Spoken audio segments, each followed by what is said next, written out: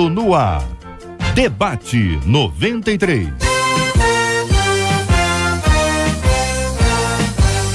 Realização 93 FM. Apresentação J.R. Vargas. Alô, meu irmão! Alô, minha irmã! Já chegou J.R. Vargas! Estamos de volta, começando aqui mais uma super edição do nosso Debate 93 de hoje, nessa quarta-feira, 3 de agosto de 2016. Fale com o Debate 93. 2461-0093. E-mail debate@radio93.com.br. Facebook Rádio 93 FM. Site www.radio93.com.br. Fale com a 93 pelo WhatsApp 96803-8319.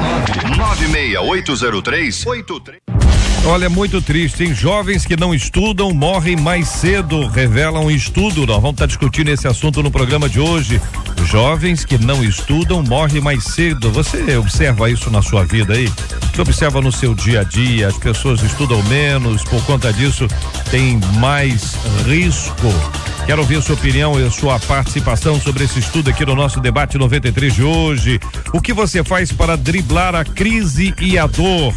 Nenhum de nós está isento da crise, também da dor.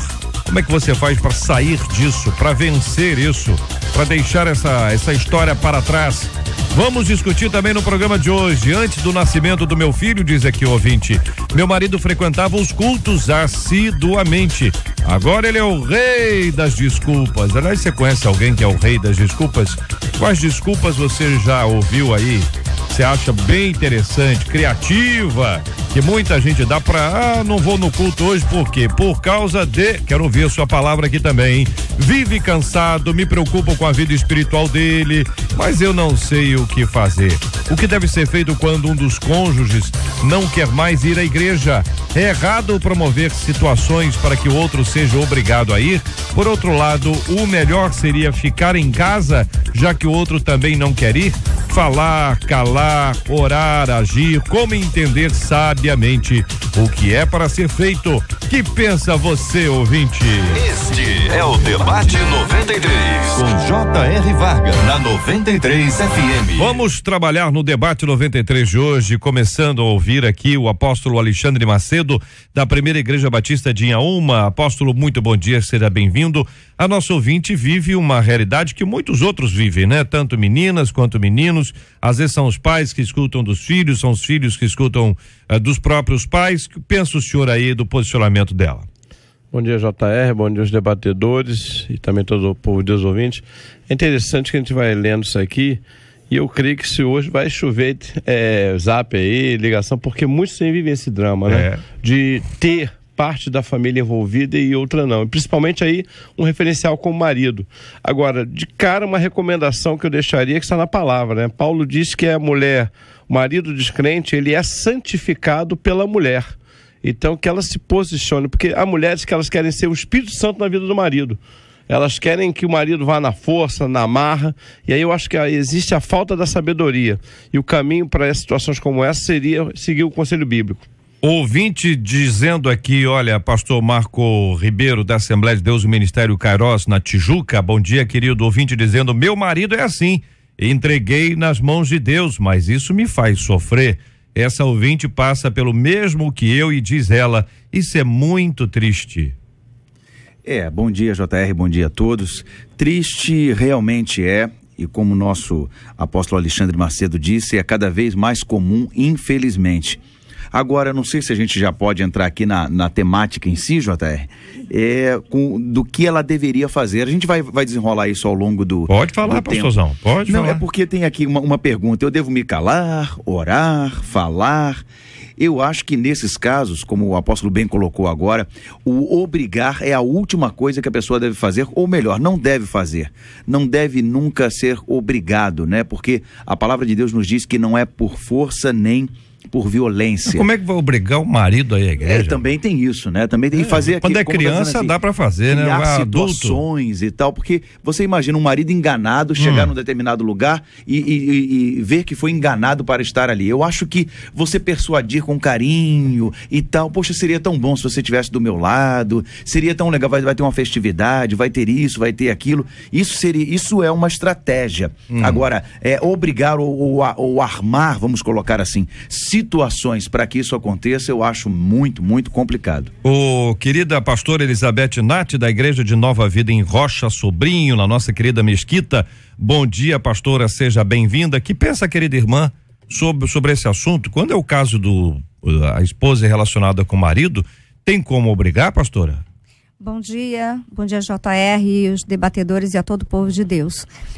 Como já foi dito, não tem como obrigar. O salmista diz: alegrei-me quando me disseram vamos à casa do Senhor. Então deve ser um ato espontâneo, alegre, fruto de uma decisão própria e não por obrigação.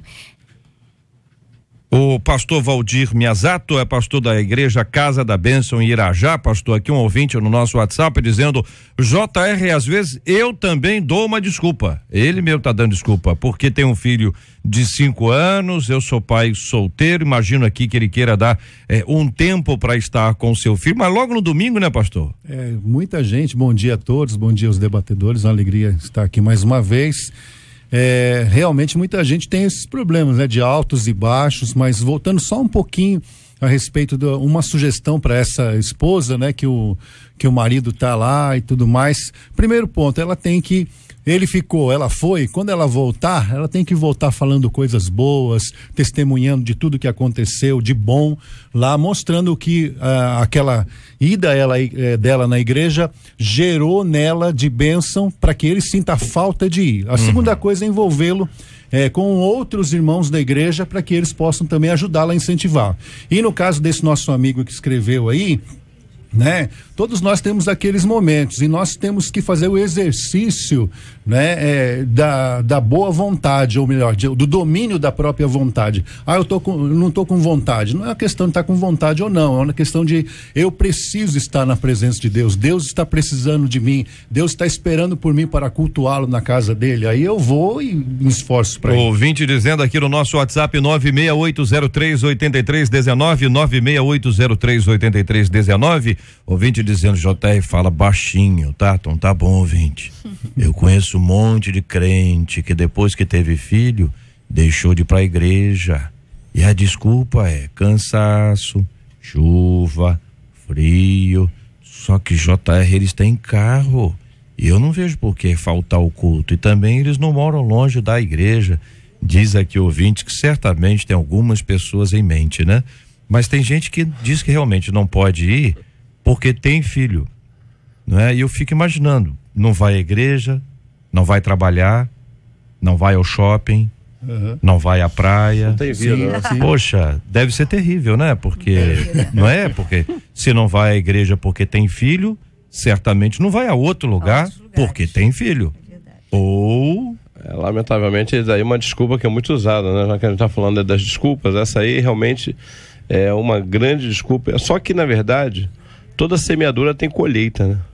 Essa aí é uma semeadura que lá na frente vai se refletir numa colheita. Depois de meu Deus, não sei porque que meu filho não quer mais se envolver com a igreja, não sei mais porque não quer ir para a igreja. Aí ela vai lembrar de que tinha tempo para ir para o shopping, que tinha tempo para passear e que não instrucou, porque a Bíblia diz: instrui o menino no caminho que deve andar. A ideia ali é andar com ele, não é dizer só para ele.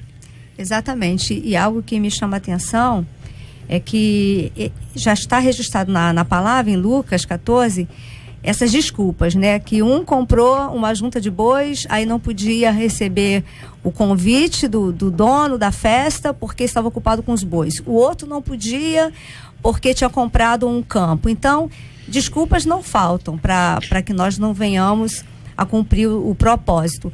Mas é como já foi dito aqui, a pessoa tem que entender que ela é que necessita estar na presença de Deus. E como já foi acabado de ser dito também, criar os nossos filhos. O próximo tema já vai dizendo exatamente sobre isso, vai puxando. Então, criar a criança no caminho é estar com ela, porque mais tarde isso vai fazer diferença. Eu tenho a impressão que muita gente fica na dúvida quando a gente diz assim, ó, tem que ser sábia, né? Ou tem que ser sábio. Até onde vai esse sábio? Porque muita gente, exatamente na expectativa de ser sábio ou de ser sábia, acaba deixando de ir à igreja. Para dizer assim, não, para evitar briga, então eu vou menos vezes, eu vou em outros cultos, eu assisto pela internet, exatamente usando a expressão para ser sábio ou para ser sábia. Por outro lado, dá a impressão que não valoriza, porque se uma coisa é importante para você, você tem que dizer para as pessoas que ela é importante, e você mostra falando e mostra fazendo. Isso para mim é importante, né? Quando você mostra que ir à igreja para você é importante, você está mostrando para seu filho, seu marido, sua mulher, você está mostrando para seus vizinhos, está mostrando para todo mundo que para você é importante. E aí equivale aí a tratar essa coisa da importância com a atitude de ir, ou em alguns casos a sabedoria orienta a não ir. JR, o pastor Miyazato colocou muito bem, e eu fico contente, nós estamos no mesmo espírito e no mesmo pensamento de sabedoria, que é a questão do seguinte, a ouvinte pergunta depois, é melhor falar, calar, orar, agir, como entender sabiamente o que deve ser feito? Eu acho que o falar em si é importante, como ele colocou, voltar da igreja e contar coisas boas, e o testemunho dessa mulher, ou o contrário, ou desse marido, né? Que a mulher queira ficar em casa. Se ela é mulher, eu penso que ela deveria deixar, se ela trata desses assuntos de casa, deixar as coisas de casa para não dar margem ao marido dizer, olha, você me largou aqui, sem comida, sem nada, e foi para a igreja, você só vive na igreja. E ter esse equilíbrio de sabedoria para saber, hoje é uma festa assim da família, então hoje eu não vou poder estar na igreja, porque tem gente também que troca completamente a família pela igreja. Então a gente precisa ter equilíbrio, porque a ordem é Deus, família e ministério. Então a gente precisa ter equilíbrio nisso. Você não vai deixar de ir à igreja ou participar de um culto que você goste, ou de um ensaio das irmãs, ou seja o que for, mas ao mesmo tempo você não vai estar diretamente ali na igreja, lá abandonando o seu marido. Eu acho que mais uma vez aqui é o equilíbrio, é falar, calar certas horas e orar. Não há mais o que fazer, porque no final das contas é Romanos 14:12, cada um dará conta de si mesmo a Deus. Outra observação até, JR, é que há pessoas que querem se prevalecer pela força. Eu vou, se você quiser, sai da minha vida. Eu acho que entra aí a orientação do próprio apóstolo Pedro, quando ele escreve na carta, né, da mulher ter esse cuidado até com a dor, ou seja, não cuidar apenas do que é por fora, mas por dentro. Vou dar um exemplo prático. Eu convivi com uma ovelha que tinha domingo que o marido dela deixava ela ir para a igreja. E tinha domingo que ele cismava, acordava atacado e dizia que ela não ia. E uma vez ela me questionou isso, eu disse o seguinte, olha, qual é o horário do culto?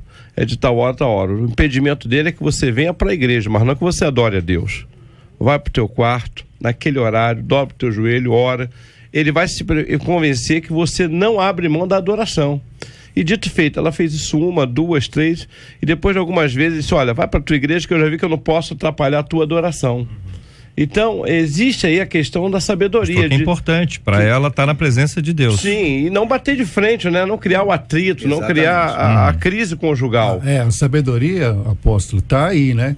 De saber o comportamento, né? Aquela questão do controle das emoções, né? E outra coisa, eu até notei aqui, a pessoa que falou sobre, tá um nenê novo, com criança, não dá para ir para a igreja. Eu tenho 2 exemplos na nossa igreja lá, tem um deles que está comigo aqui, que é o Paulo. Desde que nasceu o filhinho deles, o Nicolas, desde recém-nascido, eles vão para a igreja normalmente, e o menino está andando já, e tem... Agora, tem uma outra situação, que são os nossos prédios estarem dedicados, terem espaço de berçário, de espaço para as crianças, que infelizmente, por exemplo, na minha denominação, há muitos anos atrás não tinha, era só o espaço de culto. Então não havia berçário, não havia salinha de crianças e tudo mais, para que as pessoas pudessem ir e assistir o culto efetivamente. Muito bem, participação dos nossos ouvintes aqui, muita gente contando histórias, viu? Marido não vai, mulher não vai, a mulher não vai, e o pessoal fica lá, cadê tua mulher?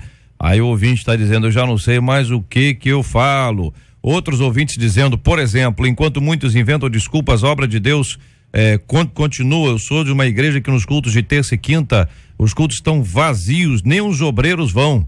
Acho um absurdo, pois enquanto eles dão desculpas, a igreja fica sem porteiro, sem auxiliar, sem nada. Conta a nossa ouvinte, brava aqui essa ouvinte, hein? Outro ouvinte dizendo, na minha opinião é a seguinte, 2 pontos, não escreveu mais nada. Ouvinte, aí como é que é? Sua opinião sua opinião é essa? Outro ouvinte aqui, eu passo por isso. Meu marido e eu passamos por decepções num ministério e eu continuei a obra em outro ministério, mas ele não quer. Vive dando desculpas, entendeu? Não vai. Confesso que às vezes eu fico com vontade de, o quê? Bater nele? Ouvinte. Quem faz a obra é o Espírito Santo, mas tem que ter uma atitude da parte da pessoa. Eu fiz o que pude, agora entreguei nas mãos de Deus. É uma força de expressão, né, pastora Elizabeth? É, o que eu acredito. Força de expressão, né? É verdade. Olha, meu marido dá desculpa, ele diz que fica o quê? Esperando. Ele não gosta de ficar esperando. Acho complicado isso, diz aqui outro ouvinte. Os dois precisam caminhar juntos e é necessário que marido e mulher sigam juntos para a igreja. Outro ouvinte, sei que eu estou errada, eu ando muito cansada, sabe, gente? Mas Deus há de tirar esse cansaço de mim. Amém, diz aqui ao final um ouvinte. Eu tenho impressão que pelo texto dela, ela não está indo porque ela está cansada. Vai, ouvinte, vai. O JR, uma mulher arrumava uma desculpa que não podia ir à igreja por causa dos 3 filhos. Não, ouvinte, não vou ler isso aqui não. Isso é uma tragédia e tal, aí começa a ligar um caso a outro, quer dizer, a pessoa não vai à igreja por causa do filho, aconteceu uma tragédia com o filho, então a tragédia com o filho é porque a pessoa não ia à igreja. Que aí é uma coisa meio... Forçação. Hein? Complicado. Terrorismo? Terrorismo. Tá arrumando uma Terrorismo pode acontecer, acontece com quem está dentro, com quem está fora. Na verdade, ligar, né, a ausência. Conectar isso, né? As situações da vida é complicado, até porque outros vão ouvir e também, não tendo a sabedoria, vão assimilar e associar. E aí vamos estar debaixo daquela coisa chamada culpa, né? Que gera. E a graça veio para acabar com a culpa. Então, falando ainda sobre essa sabedoria, que Provérbios fala que a mulher sabe edifica a casa, nem sempre o falar é dialogar, é conversar. Às vezes você está só falando, mas não tem a escuta aberta para ouvir o outro, para saber dos motivos reais, porquê do cansaço do outro. Quando uma criança, nós já tivemos filhos, todo mundo já foi criança e sabe que quando uma criança se recusa a ir à escola é porque existe realmente uma razão. E os pais devem investigar quais são os motivos daquela recusa. Por que a criança não tem mais o prazer de ir à escola? Ela está sofrendo alguma coisa. Ou ela não está se adaptando. Pastora. Sim. Eu creio monte de criança não quer a escola porque não quer a escola. Exatamente. Não é exatamente um trauma, um problema, mas é porque é chato. Então. Não tem escola que é chata? Ou não? Cheguei nesse ponto. Vocês já esqueceram? Vocês já esqueceram? Que vocês já esqueceram? Então, o porquê que aquele marido ou essa esposa não estão... Entendi. Entendeu? Por quê? Para ele é chato? Por que se torna chato estar na igreja, já que era tão assíduo? O filho agora é o brinquedinho novo, quer dizer, a devoção que ele dava a Deus na sua assiduidade aos cultos, agora é devotado ao filho. Então há de se investigar isso e com sabedoria se conversar realmente, saber por que mudou, o que mudou, porque com a chegada de um novo membro na família, a dinâmica familiar ela muda. Então tem que se ter sabedoria para se trabalhar essa situação, até na administração de tempo, de prioridades, porque tem que se investigar realmente. É muito fácil dizer que eu estou cansado, mas na conversa vai descobrir por que você está cansado. A gente pode rever isso. Ouvinte dizendo, JR, minha cunhada chega em casa falando mal de uma certa irmã da igreja com a qual ela tem uma rixa, sabe? Aí eu te pergunto, como é que ela quer que o marido dela vá para a igreja com ela? É aquela questão do testemunho que eu falei, né, antes. Se a pessoa chega em casa contando as situações que em toda, na minha igreja tem, não sei se vocês têm coisas não, que... só na Coreia. Só na Coreia não, como é que o do JR Afeganistão. Então você tem que chegar falando das coisas boas, óbvio, né? Então, esse é um dos motivos. Olha aqui, como tem gente, hein? Eu tô acompanhando aqui no nosso WhatsApp, aqui bombando. Meu marido não me acompanha nem pra festa de família, mas quer que eu vá pro bar e festa de amigos de copo. Olha aí. E pior, quer que eu leve também os nossos filhos. Eu sou evangélico e não concordo com isso. Como é que a nossa ouvinte sai disso, hein, irmãos? Isso é complicado. Isso aí tá me cheirando uma grande guerra espiritual, acima de tudo, né? Então eu sempre eu digo isso aqui, às vezes o pastor Marco é muito romântico. Não é questão de romântico, você tem que batalhar no reino espiritual, porque isso aí é claramente uma batalha espiritual. Na verdade também isso aí fica um alerta, né? Do peixe querer casar com um passarinho. Difícil, você não vai criar os filhos. Essa é a primeira vez que eu ouço isso, eu achei legal. Entendeu? Então fica o alerta das escolhas. É verdade. Que agora surgiu o problema da escolha aí, ó. Né? Que ela tá agora preocupando, como é que a gente vai botar o filho agora? No mar ou na árvore? Ouvinte dizendo, JR, eu não tenho ido à igreja, pois quando eu levo os meus filhos à escolinha da igreja, não consegue segurá-los dentro da escolinha, mas para ir não conseguir prestar atenção, então eu fico em casa, diz aqui a nossa ouvinte. Muita gente tem dificuldade com a escolinha aí, para usar o mesmo termo que a nossa ouvinte utilizou. Quem sabe alguns pais possam dar uma ajuda, né? Sim. Porque os pais têm uma perspectiva que pode ser uma perspectiva muito interessante, não apenas para os seus filhos, mas para os amiguinhos também dos seus filhos. Algumas pessoas têm muita habilidade com criança e ainda não se descobriram, ou pelo menos não se voluntariaram, não se ofereceram. Quem sabe seja a hora de muitos pais aí ajudarem um tanto mais, até com ideias e até com a presença física mesmo. Eu só falar uma experiência, alguns anos atrás eu estava no Japão, numa igreja pregando, e aí abria-se uma porta e fazia aquele barulho de gritaria, fechava a porta. Aí eu descobri que a porta era o local das crianças, onde as crianças, daqui a pouco sai uma criança com um lápis enfincado na mão, né? Porque eles simplesmente trancavam as crianças num quarto, davam papel, caneta, lápis para desenhar. E aí eu falei, puxa, que absurdo, né? Às vezes a gente tem, mas não tem as pessoas para efetivamente cuidar das crianças. Aí não vai adiantar, né? E outra coisa que você falou, os pais participarem na igreja, né, do trabalho com as crianças, porque se o filho dele não tá gostando, ele pode ajudar o filho dele a gostar. Isso é muito importante, porque as crianças não vão lá, pelo menos na maioria das escolinhas, né? Não vão lá para brincar de massinha, não vão lá, quer dizer, aquelas atividades ali todas reunidas são uma instrução desde pequenininho, um doutrinamento das crianças no evangelho. Pode não usar até a massinha, né? É que quem não entende, né? Educativamente, né? Pode achar que é só entretenimento, né? Eu acho que também passa a gente ter cuidado com o voluntariado. Eu acho que quem cuida da escola deveria ter alguma noção de pedagogia. Porque às vezes você vai colocar aquela pessoa que tem a boa vontade, mas ela não tem a ferramenta necessária, a didática para administrar essa questão educacional. E a gente confunde muito entretenimento com formação. Muita coisa. Eu quero deixar lá a criança porque eu quero me livrar do meu filho. Eu não quero que ele cresça, não quero que ele estude, eu não quero cobrar o que ele aprendeu.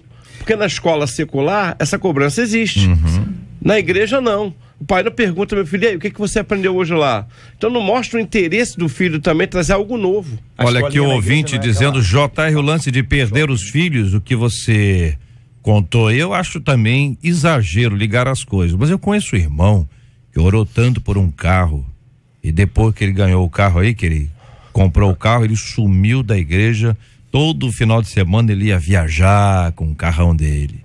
Aí bateu o carro e deu perda total, mas ninguém se machucou.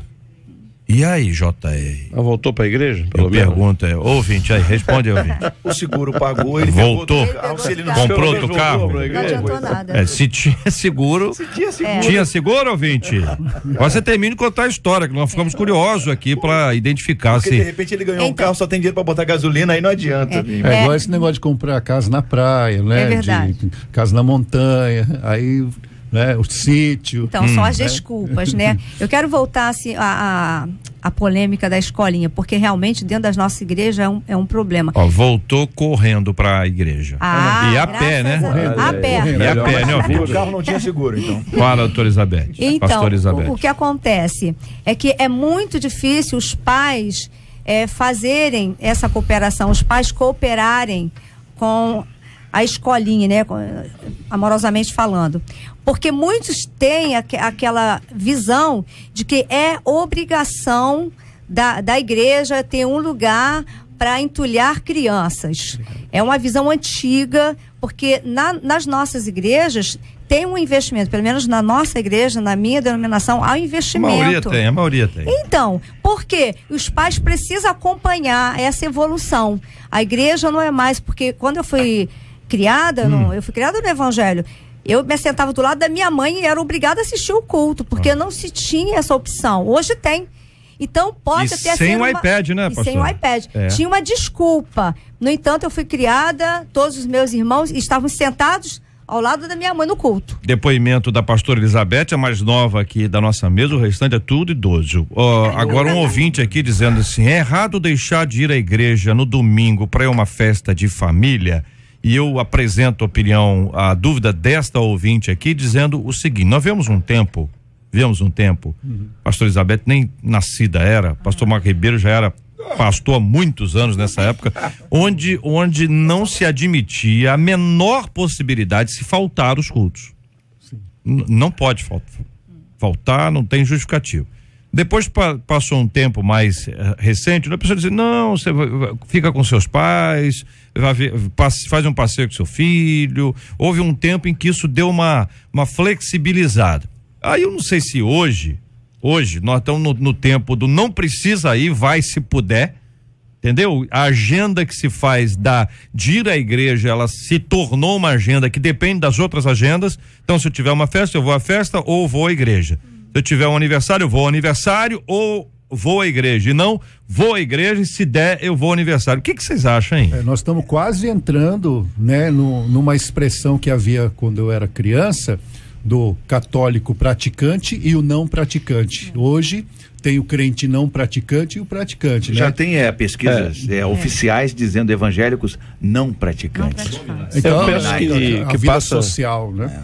Eu penso que passa também por uma reflexão seguinte: se fosse o lado contrário, será que os meus parentes deixariam de ir a uma festa para estar comigo numa igreja? Exatamente. Então nós temos que aprender a fazer escala de valores e de princípios. Quando eu negocio a minha fé, estou correndo sério risco de dar um mau testemunho. Eu penso nisso. Então eu creio que quando se coloca uma festa em paridade com o tempo, o dia da minha adoração, eu tenho que me legitimar como servo de Deus. Olha, essa data não dá. Eu tenho essa situação às vezes vivida, e todo evento fora do domingo dá para estar presente. Agora, no domingo, não dá para negociar. É um princípio que isso, na verdade, vão passar para os filhos. O teu filho cresce por exemplo. Então, se ele vê que você negocia a tua adoração no domingo por qualquer evento social, qual é a legitimidade que eu vou ter amanhã de cobrá-lo? Eu tenho um colega que é de outra religião e tal, e ele tinha um compromisso de uma oração dele terça-feira. Então ele recusava trabalho nesse dia, num determinado horário que ele precisava estar em casa fazendo as orações dele lá, porque ele precisava fazer aquilo. E aquilo chamou a atenção. Quantos de nós talvez, né, fizéssemos isso? Ele recusava trabalho e dizia: não, nesse horário eu não posso trabalhar por conta disso. E eram umas 3-4 horas ou mais. E pra gente que trabalha por produção, isso aí afeta o recebimento depois. E eu achei essa postura interessante dele, né? E a gente precisa ter esse equilíbrio como um todo, como o JR falou. As pessoas vão começando a usar desculpas: não, porque hoje tem isso, hoje tem aquilo outro, tem uma festinha, tem isso e aquilo, e aí acaba a coisa indo. E realmente eu sou do tempo em que faltar domingo era terrível, né? Você não ia. Inclusive, quando eu estava eu não cheguei a estar completamente desviado, mas lá pelos 18 anos, isso tem pouco tempo, né? 18 anos mais ou menos, eu não saía aos domingos. Se eu não fosse na igreja, eu não ia para lugar algum, eu ficava em casa. É superstição, não é questão de ser superstição, mas eu fui criado assim, num lar evangélico também. Então, se eu não saísse para ir para a igreja, eu não saía para nenhum lugar do mundo. E tem uma coisa que é interessante, é o seguinte: a gente está aqui junto, nós 5 aqui já estivemos juntos várias vezes. Agora, se nós ficarmos um tempo grande sem nos encontrarmos, as nossas afinidades, elas vão deixando de existir, os nossos vínculos vão ficando mais frágeis. É a mesma coisa em relação à igreja. né? Em termos de grupo, né? Social. Você, não vai hoje, amanhã, depois você diz, eu me sinto um peixe fora d'água. É lógico. Sim. Porque não vai. Qualquer pessoa sabe que se você se relacionar, insistir nesse relacionamento, você vai criar vínculos, vai sentir um peixe fora d'água, porque está deixando de ir. A pessoa quando volta, não conheço mais ninguém. É o tipo de expressão que vocês já ouviram, isso é coisa de crente, né? E fala, é claro que não conhece ninguém, porque deixou de criar vínculos. Então, pensa nisso para você, pensa nisso para os seus filhos. Pensa nisso pro seu marido, pra sua esposa, pros seus pais. Pensa nisso porque é exatamente com uma reflexão como essa que a gente pode reverter. E eu não tô falando de vida espiritual, tô falando de relacionamento, que é muito importante e que acaba influenciando. Por isso muita gente diz, eu não conheço mais ninguém, me sinto um peixe fora d'água, as pessoas parará pororô. E a gente começa a trazer uma série de palavras sobre esse assunto, mas na verdade trata-se de um enfraquecimento dos nossos relacionamentos. Nós precisamos de vínculos sólidos, de vínculos saudáveis e de vínculos abençoadores. Não deixe esfriar essa chama.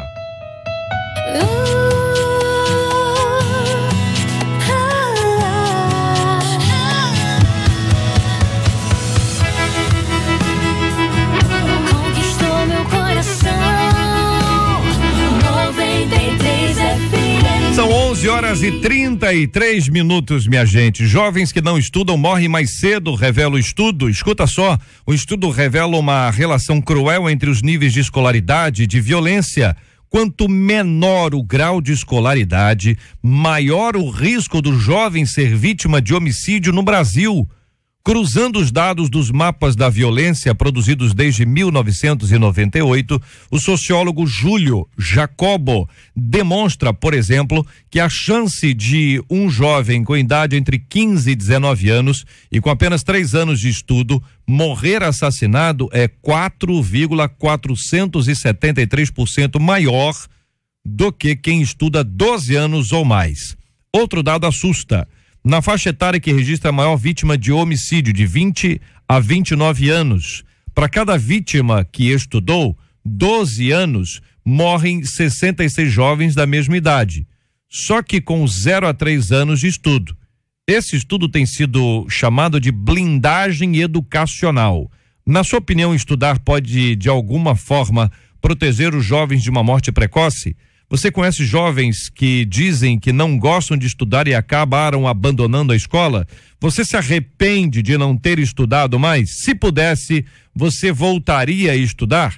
E a pergunta é: o que te impede de voltar a estudar? Pergunta aos nossos amados ouvintes, ouvindo inicialmente os nossos debatedores.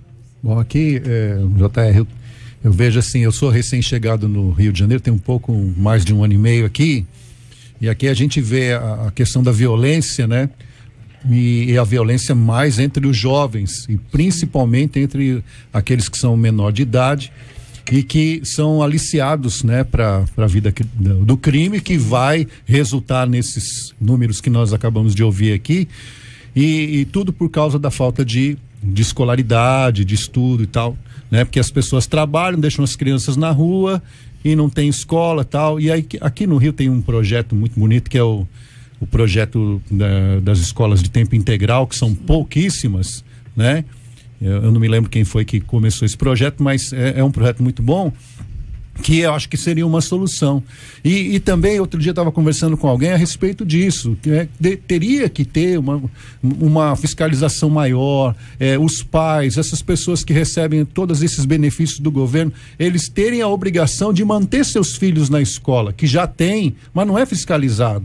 Ou seja, as crianças ficam ali na rua, não estudam e ficam aliciadas para o crime, e aí é onde que vai resultar as mortes precoces, como está aqui. E outra coisa, a questão do papel nosso como igreja, né? Como povo de Deus, né? Outro dia um pastor estava me falando assim, como é que eu vou levar as pessoas para a igreja na comunidade que fica ali, as crianças? Eu falei assim, meu irmão, é ali que nós temos que trabalhar, porque exatamente, as crianças estão ali e a igreja tem que entrar com um papel fundamental. Essa questão é interessante porque até pouco tempo a gente tinha vindo de cima até um incentivo a não estudo. Olha, eu não estudei e cheguei onde eu cheguei. Até pouco tempo a gente tinha isso. Graças a Deus não temos mais. Mas claro que o estudo vai melhorar tudo. Se a criança estuda, a gente vê agora casos aí de jovens que conseguiram em universidades do exterior tirar até que vieram de comunidade. Então a questão não é a pessoa ter nascido na comunidade ou não, a questão é a pessoa ter aproveitado as oportunidades e ter se interessado ali no estudo. A propósito da sua colocação, esse projeto de escola integral, se não me engano, foi criado lá atrás pelo professor Darcy Ribeiro e por Leonel Brizola, lá em 1982, alguma coisa assim. Eu li isso nos estudos, viu, JR? Não é do meu tempo, não. Eu sei. Isso aí eu vi a gente percebe. Estudar de alguma forma protege os jovens de uma morte precoce. Eu não sei se só estudar, como já foi dito aqui, o acompanhamento da família que está ausente, porque precisa também trabalhar, porque quando as mães estavam mais em casa, as mulheres não trabalhavam, não tinha esse trabalho fora de casa, havia um cuidado, acompanhamento mais de perto.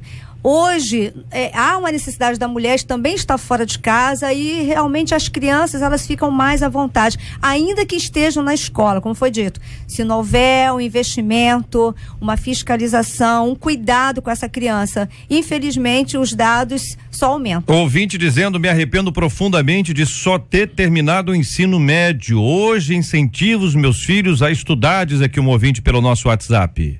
JR, eu vou dar uma opinião minha. Eu acho que essa questão do estudo no Brasil passa por uma revolução da nossa mídia brasileira.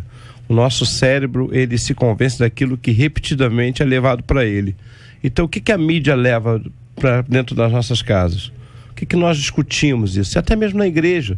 Então, tudo que se quer nesse país, se quiser realmente ter uma revolução, nós vamos ter que fazer essa revolução primeiro acontecer entrando pelas casas, pela mídia, pelo rádio, pela TV, para que essa nação seja formada uma cultura. Nós não temos essa cultura de estudo. Aliás, quanto menos estudo, uma classe dominante se perpetua, né? Porque são menos questionadores. Está tudo muito raso, né?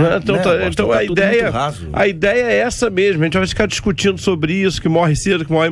Mas que de fato, o que nós podemos fazer? Então, enquanto não se houver nesse país um governante, um governo com compromisso sério de trabalhar isso, a gente vai ficar sempre nessa aí. Agora é óbvio que um dos fatores, não é só o estudo, foi bem dito aqui, nós não temos princípios de família. Eu estive alguns anos lá em Israel com uma família de um rapaz que morou lá há alguns anos. E ele fez questão de levar o filho para ser consagrado em Israel, porque ele morou lá e tudo mais, e me levou junto. E aí eu estava perguntando a respeito da educação infantil lá, né?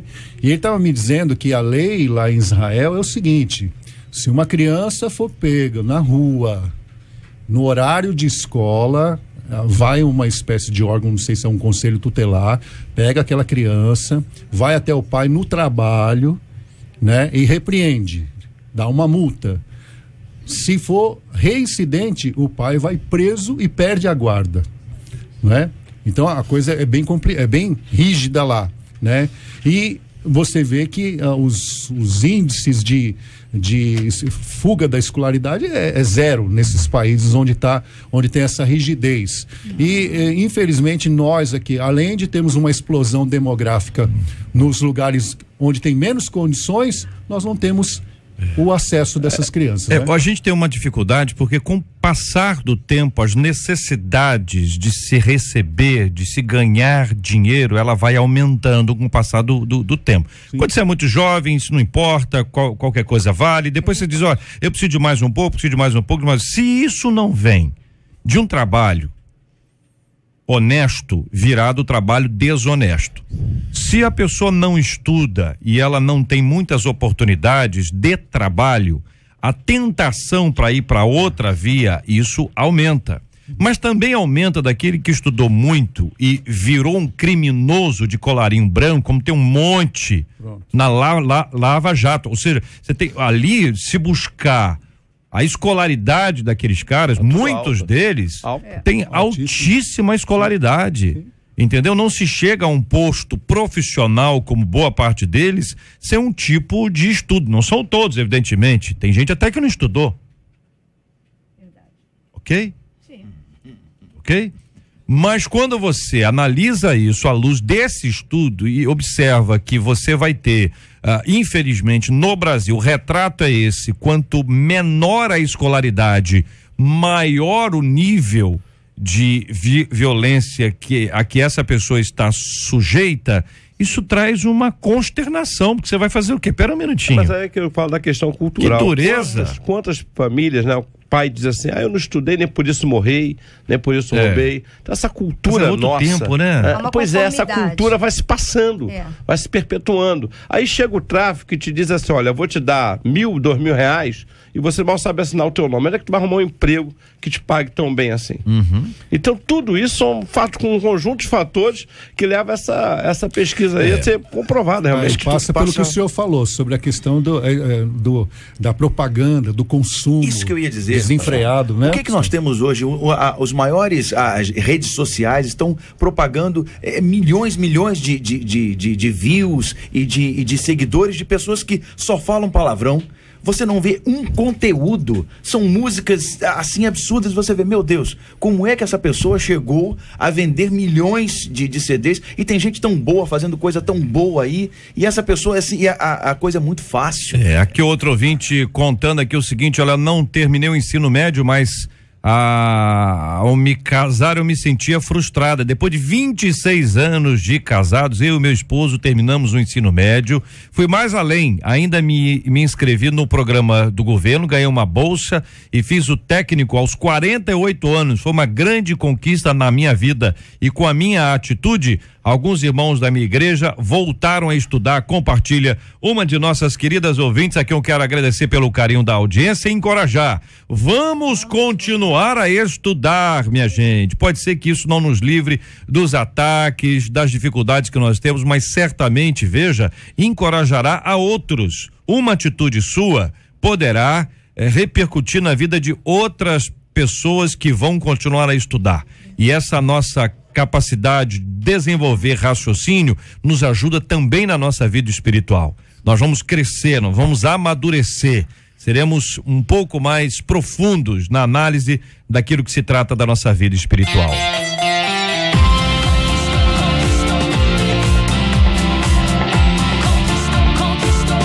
Conquistou meu coração. 93 FM. O que é que você faz para driblar a crise e a dor? É uma história impressionante, a história do Irã Cabral de Melo, tem 75 anos, é arquiteto e hoje ele tem seu escritório no calçadão da praia de Copacabana, onde ele disputa espaço com artesãos e vendedores ambulantes. Ele tinha uma sala comercial no centro do Rio, deixou Niterói onde morava, viveu em Queimados e foi morar na favela do Cantagalo, na esperança de, na Zona Sul, encontrar clientes. O revés em sua vida aconteceu com a crise e a separação da esposa. Daí veio a falência, a necessidade de viver de bicos, e há 3 meses o arquiteto comparece diariamente ao posto 6, inclusive nos fins de semana. Apesar de todo o movimento da praia, Irã ainda não conseguiu fechar negócio com ninguém. Qualificação não lhe falta, é o contrário do que nós discutimos aqui agora. Ele se formou em arquitetura em 1971 na UFRJ, fez pós-graduação em sistemas especiais de engenharia urbana e professorado de desenho. O arquiteto recebe um salário mínimo de aposentadoria, mas todo o dinheiro vai para uma dívida que adquiriu após ser vítima de um golpe.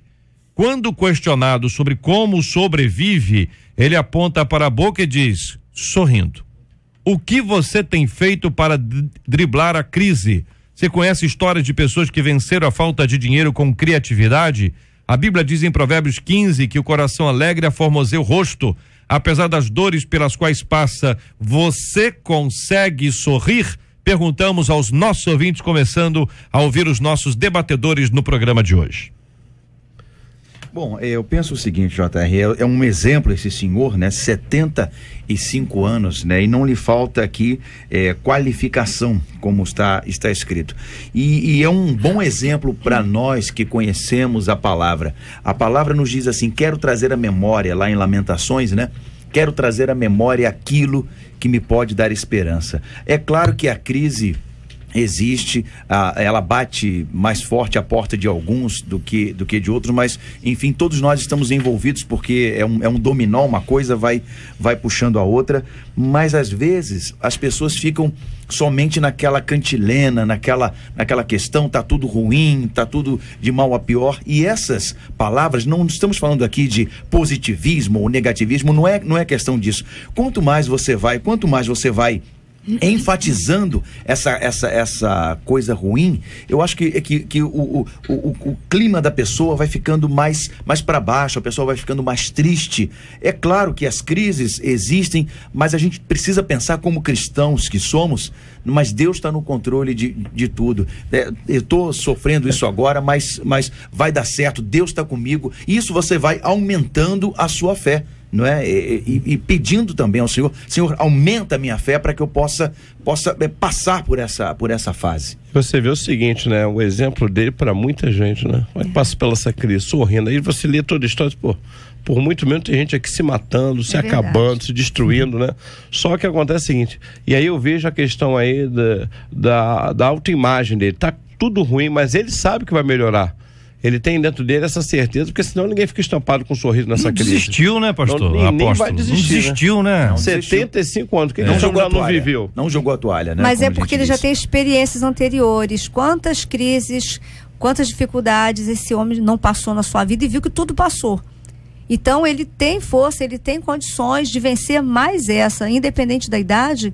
Ele tem, como Davi, que venceu o urso e o leão, e ele tinha certeza que Deus era com ele, que ele iria vencer também os gigantes. Tudo passa, a Bíblia diz, há tempo para todas as coisas. Exatamente. Né? Então, ouvinte aqui dizendo, ó, não é nada fácil sorrir nas adversidades, mas precisamos pensar no melhor, até porque o corpo responde às nossas sensações e podemos ficar doentes, inclusive. Sim, tem um texto que eu estou procurando aqui, não estou achando, se alguém lembrar aí me fale. Se te mostrares fraco no dia da angústia, a tua força será pequena. É verdade. Né? Então, hoje o brasileiro está angustiado, não tem quem diga assim, não estou em crise, não estou com alguma situação. Porém, a gente vê aí, o Brasil está em crise, mas o Rio está em polvorosa por causa das Olimpíadas, né? A gente vai nos shoppings, está lotado. Você vai nos restaurantes, estão lotados. Eu até brinco com a minha esposa, procura aí, o quê? Onde está a crise, né? Mas por quê? Porque as pessoas têm que viver. E eu acho que a atitude desse senhor de 75 anos, esse arquiteto, ele é um grande exemplo para todos nós, para você que tá ouvindo, porque realmente não tem como, já estamos aqui, né? Tem um texto também na Bíblia que fala de uma crise que houve de fome em Israel, em que as pessoas compravam um pouquinho de esterco de pomba para fazer de combustível para acender e para comer, né? E as pessoas viviam, né? Daquele jeito, quer dizer, vai ter um momento na nossa vida que vai passar. E esse homem, esse senhor Irã Cabral, 75 anos, é um grande exemplo para todos nós. Ouvinte aqui dizendo, e ele também não tem vergonha de lutar e de acreditar, diz aqui outro ouvinte, agora que são 11h49, a pessoa vai para a praia, a pessoa que já teve um escritório, né? Teve um escritório, teve uma base, de repente entra a crise, dificuldade vem, dificuldade vai, mas a pessoa não abre mão, em hipótese alguma, de continuar a luta, a batalha e buscar de fato uma alternativa, apesar das dificuldades e das lutas que ele vem enfrentando. Outro ouvinte aqui contando o seguinte: eu superei a crise em Deus, eu fui abandonada pelo meu esposo, com um bebê de 3 meses e desempregada, mas pela graça do Senhor eu superei a crise. Outro ouvinte dizendo, eu vivo sorrindo, se tiver que dar uma notícia triste, eu darei sorrindo, se tiver que dar uma notícia alegre, eu também darei essa notícia sorrindo, conta aqui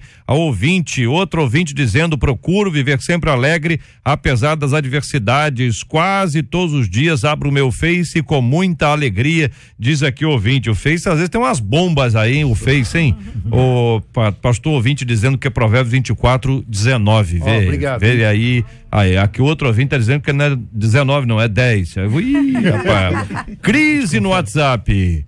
Aliás, estão querendo tirar o WhatsApp do Brasil. Já pensou? Do Brasil. Entendeu? Isso vai ser uma crise no mundo. Isso aí vai dar briga. O ouvinte aqui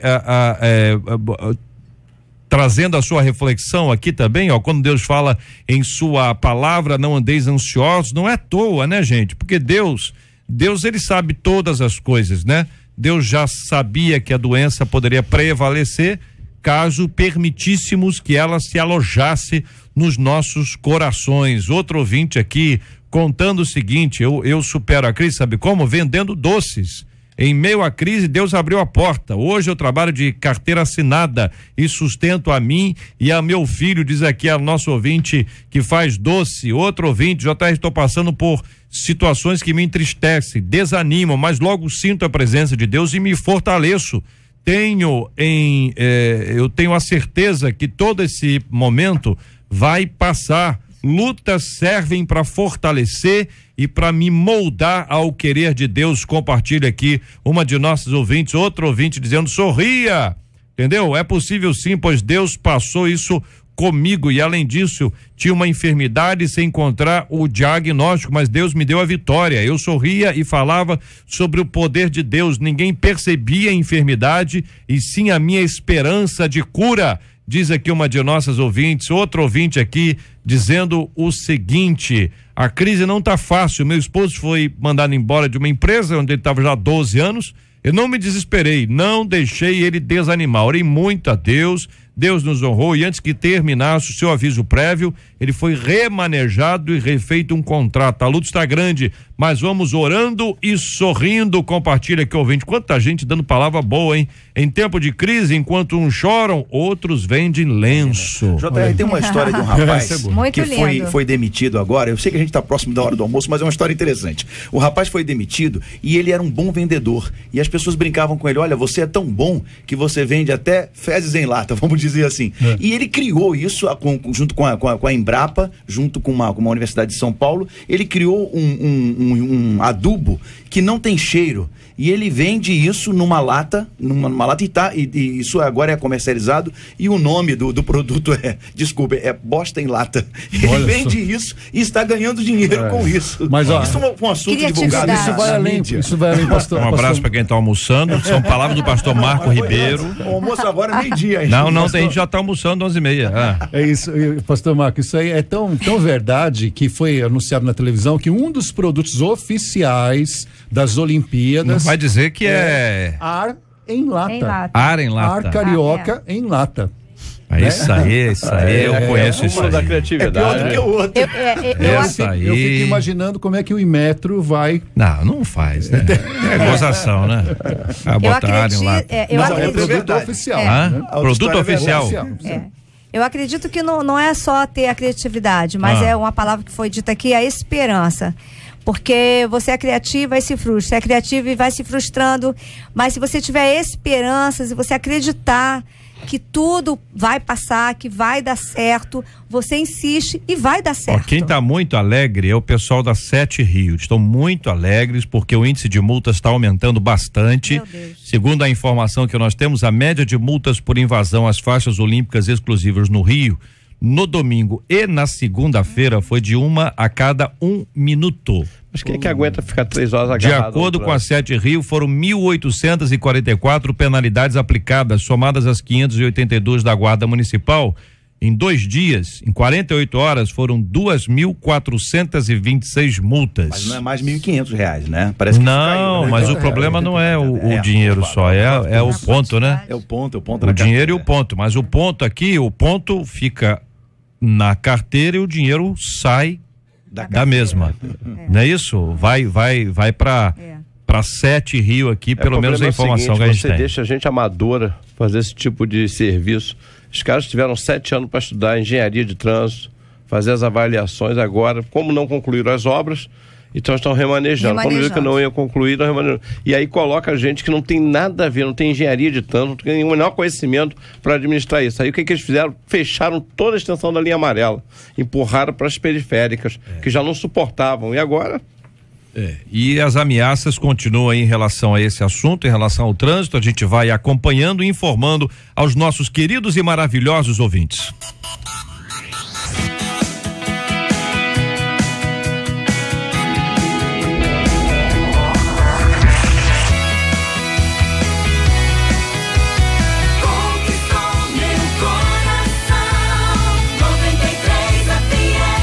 Marcela Bastos, muito bom dia. Bom dia, JR. Você conhece alguém que desanimou de ir à igreja porque o cônjuge deixou de ir primeiro?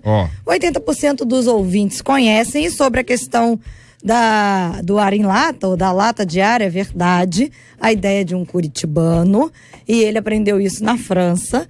Lá na França, quando ele foi, eles acontecem isso. Mas na verdade não é que é o ar que tá lá dentro, claro. Se abrir não vai ter nada. Mas na caixinha vai ter o ar que ninguém vai ver, né? Não tá ali de uma maneira comprimida. Mas na caixinha ele escreve lá, por exemplo, ali tem um modelo falando da Bahia, e tem lá 12,% do elevador do Pelourinho, 12,% da praia de não sei da onde. Então, o slogan é: a lata de ar alivia a saudade e cura o estresse com boas lembranças. É isso que está sendo vendido. Né? Esse é esperto. Então, né? O bolso dele também. Muito bem, quero agradecer aqui aos queridos debatedores, presença e participação no nosso debate 93 de hoje. Muito obrigado ao apóstolo Alexandre Macedo, um forte abraço. Forte abraço, pastor JR, obrigado, debatedores. E mandar um abraço especial para minha irmã, pastora Andréia Cristina, que fez aniversário ontem. Minha irmã, um beijo no seu coração, tudo de bom para você. Pastor Marco Ribeiro, um abraço. Obrigado, JR, bom estar aqui. Hoje um dia muito especial, JR, é aniversário da minha mamãe. Parabéns a ela. Um abraço para ela, Diaconisa Elizabeth. Diaconisa Elizabeth, Deus abençoe, um beijo carinhoso, que a irmã tenha muitos e muitos anos de vida com muita alegria, saúde, disposição. Você é uma bênção, minha irmã. Deus abençoe sempre. Obrigado, JR. Obrigado. Um abraço a todos e especialmente aos membros da Assembleia de Deus Ministério Kairos na Tijuca. Pastor hoje... Elizabeth, ou pois não, pastor? O senhor quer... Perdão, hoje estaremos lá, o pastor Jodson Gomes. Maravilha. Estará conosco. Pastor Elizabeth, boa tarde pra senhora, viu? A senhora quer que eu ligue o seu microfone? Acho que eu não vou ligar não, né?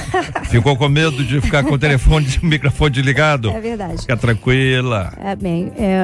Foi um prazer estar de novo aqui e eu quero agradecer a Deus por essa oportunidade, mandar um abraço em todos os membros da nossa igreja Nova Vida em Rocha Sobrinho, agradecer também ao Senhor porque a minha netinha está prestes a chegar. Olha aí. Então eu estou muito feliz, que Parabéns. Deus abençoe a todos. Qual vai ser o nome dela? Israela. Olha aí, hein? Pastor Valdir Miassato, muito obrigado, um forte abraço, querido. Abraço, JR, a todos os debatedores. Quero mandar um abraço aí para todo o pessoal da Casa da Bênção, mais de 400 igrejas aqui no estado, e pediram para mandar abraço, então um abraço para todos. Nós estamos ali em Irajá, nesse domingo temos aí a Santa Ceia, 8 horas da manhã. Deus abençoe a todos. Também quero falar da minha esposa, está aqui comigo hoje, uma alegria muito grande. Deus abençoe a todos. Olha, eu tô aqui com uma pesquisa interessantíssima aqui dizendo que aumentou o número aliás, aumentou não, continuou a crescer mesmo em meio à crise, a venda de cosméticos masculinos. Parece que os homens estão mais vaidosos. Não sei se isso é para todo mundo. Esse é Brasil, é? A pesquisa? Então tá aí, dizendo que os homens estão mais vaidosos. Vamos discutir esse assunto aqui amanhã, entre outros temas aqui, com certeza, porque se isso também é uma dica para sair da crise, vamos aproveitar a dica, vamos observar aqui e até que ponto tem homem que tá dando uma exagerada, não tem não, gente? Tem uma coisa do equilíbrio aí, saudável, coisa de higiene, mas pode ser que alguns estejam dando uma exagerada aí. Eu quero ouvir sua opinião, sua participação no nosso debate 93 aqui amanhã. O pastor apóstolo Alexandre Macedo vai orar conosco. Vamos apresentar esse tema diante de Deus em oração, pastor. Nós conversamos aqui sobre a questão da frequência aos cultos, o marido que não quer ir, a mulher que não quer ir, o filho que não quer ir, os pais que não querem ir, mas também tem muita gente indo à igreja. Também não vão entrar nesse clima não, que parece que tá todo mundo, não vou. Olha, as igrejas, pela graça de Deus, estão crescendo, numericamente pelo menos. Nós precisamos crescer também na questão da profundidade, mas é uma caminhada. Vamos orar também pelos que estão estudando, e não é fácil estudar, tem dia que tá chato. Chato. Escola para pequeno, escola para adolescente, escola para jovem, escola para adulto. Tem dia que é chato. Tem que vencer isso, achar uma motivação e partir para frente, porque nós não podemos parar. E se parou, é tempo de retomar. Estude a possibilidade de retomar com sabedoria, com habilidade, com a graça do Senhor, se conseguirá. E também por aqueles, apóstolo, que estão vivendo crises, mas que não desistiram. Nós vimos aqui um caso. Vai trabalhando, vai se empenhando, vai estando nos lugares estratégicos para de alguma forma vencer essas dificuldades e essas lutas. Vamos orar também pela cura dos enfermos e pelo consolo aos corações enlutados. Pai, nós te louvamos por esse dia e diante do que foi apresentado, clamamos realmente, Senhor, por aqueles que estão afastados dos teus caminhos, que tragam-os de volta, Senhor, que possam sentir a paixão e a saudade pelo primeiro amor. Rogamos também por esse, Senhor, que estudando, passam pelas suas lutas, estão querendo desistir. Renova o ânimo e a certeza que estão construindo o futuro.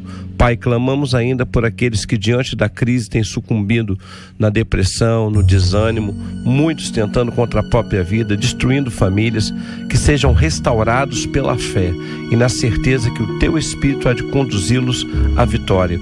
Fica, Senhor, com a nossa nação.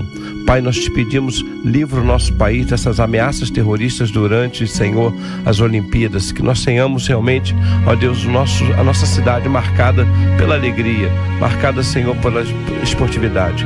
Acampa a tua mão sobre nossa cidade, sobre esta rádio, sobre cada família que agora ora junto conosco.